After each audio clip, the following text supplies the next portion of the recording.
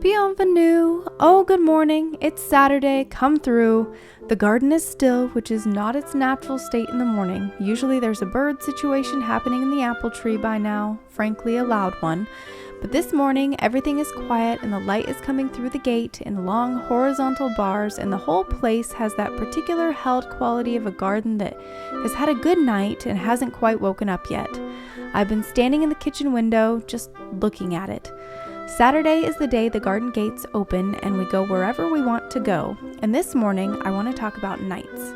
Specifically, the particular thing that happens when you go outside after dark in June, even briefly, even only as far as your own back step, and what you find there that doesn't exist in any room inside.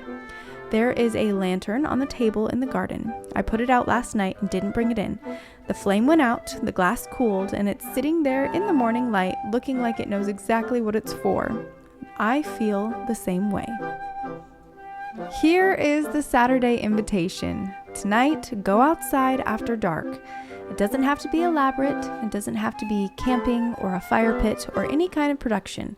It can be 10 minutes on a back step with a cup of something warm, a light, and whatever of the night sky is available from wherever you are.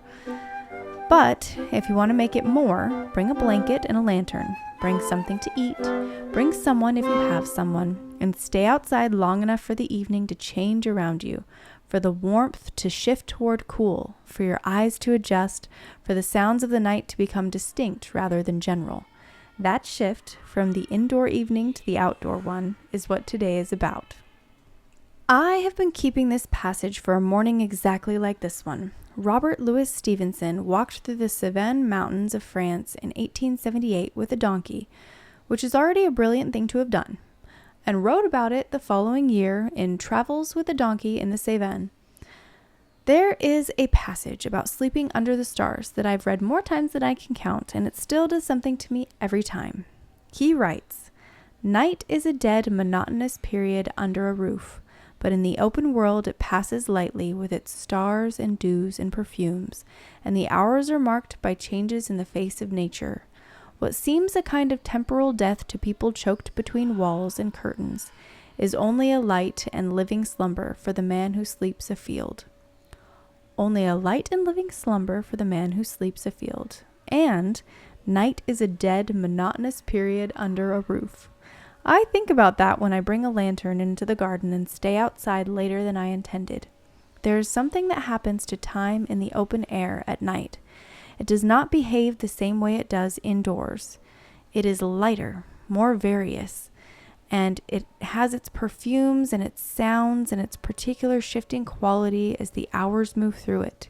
You don't have to sleep outside to know this. You only have to stay outside long enough for the night to introduce itself. Come through. I've put on something that sounds like a summer evening outdoors, warm, slightly ambient, the kind of music that has a little darkness around its edges and feels completely right in an open garden. Take a few minutes, think about where you might go tonight, or simply let the music do its work.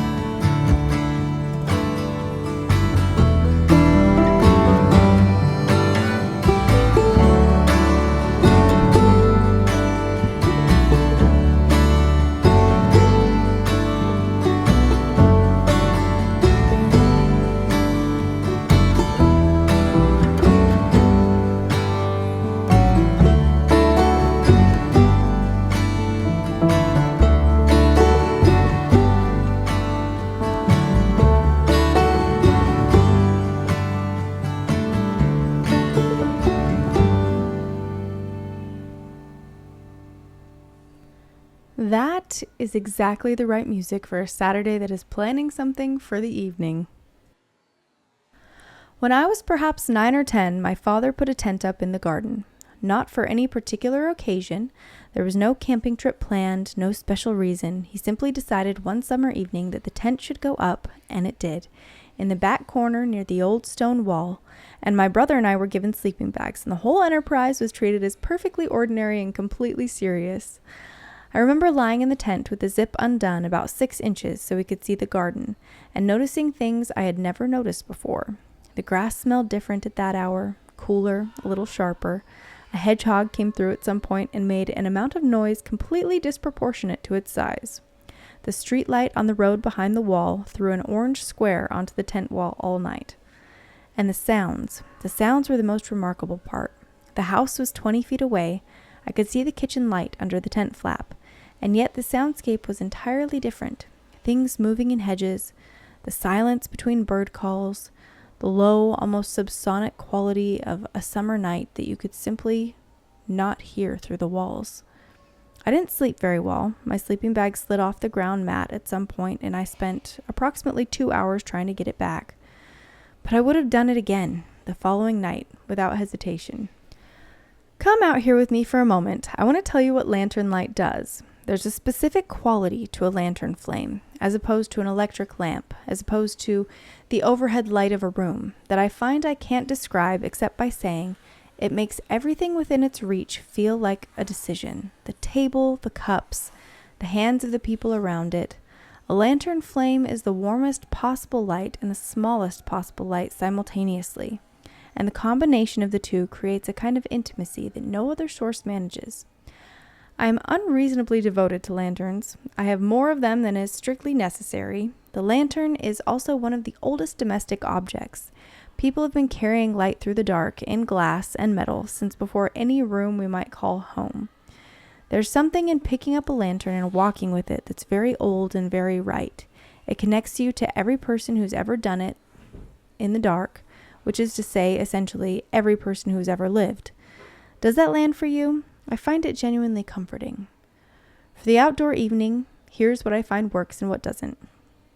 What works? One strong source of light rather than several weak ones. A proper lantern with a real candle inside it, or a good LED equivalent if you want stability in a breeze.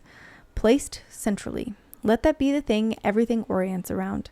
Candles in glass jars are equally good and have the advantage of being multiplied easily. 3 jars on a step, 5 along a wall edge, and the garden becomes something else entirely. Fairy lights work beautifully as background light. They're not strong enough to read by, but they give shape and warmth to a space at an evening scale. Wound through the branches of a tree or along a wall, they do something very quiet and very good. A fire, even a very small fire, a single candle in a metal dish, changes the quality of an outdoor space immediately. There's something about a flame in a garden at night that makes people want to stay. I can't fully account for it, but it's probably ancient. For the backyard campout, or the garden evening, at whatever scale you can imagine, you need less than you think. A blanket per person, one good light, something warm to drink, something small to eat. A reason to stay outside past the moment when going back in would be easiest. That last thing, the reason to stay, can be company, or a good conversation, or a book, or simply the agreement that you're going to be outside for a while and see what the night does. The night will do something. It always does. You just have to stay out long enough to witness it. If the garden is not available, if you're in a flat or the weather will not cooperate, the night walk is the alternative. 20 minutes on foot after dark, even in a familiar neighborhood, is a different experience than the same 20 minutes in the afternoon. The streets have a different population. The sounds are different. The light from windows is warm against the dark in a way it isn't when you're inside looking out. You see where people are having their evenings, and it's briefly very moving in the ordinary way. Oh, wonderful. It's time for our letter now.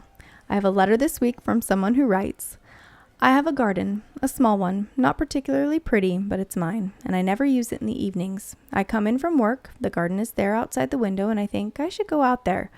But then I think about how it needs work, and how there's nowhere comfortable to sit, and how I need to sort out lighting, and by the time I've thought of all of that, it's 10 o'clock and too dark. I want to use my garden in the evenings, but I seem to need it to be perfect before I'll go into it. How do I start? The garden does not need to be ready. You need to go out before it is. This is the same principle as almost everything worth doing. The conditions will never be exactly right, and waiting for them is a way of never beginning. Here's the simplest possible start. Tonight, take one thing outside with you. A chair, a cushion on a step, anything that counts as a place to be. Take a candle in a jar and set it down. Sit in the garden for 15 minutes and do nothing except be there. You do not need to assess it. You do not need to notice what needs weeding or where the lighting should go or whether the fence is acceptable. You just need to be outside in it. The garden will tell you what it needs once you are spending time in it. The things that bother you will become obvious gradually, and gradually you'll address them. But you cannot know which things they are until you go out, which you can only do imperfectly before it's ready. One chair, one candle, tonight. The lantern is still in the garden, and I'm going to leave it there today. Tonight, when the light changes, I'll light it. I hope your Saturday takes you outside after dark, even briefly, even just to stand in the garden for 5 minutes and let the night say hello. Come back tomorrow. I'll be in the morning room. Until then, take good care of yourself.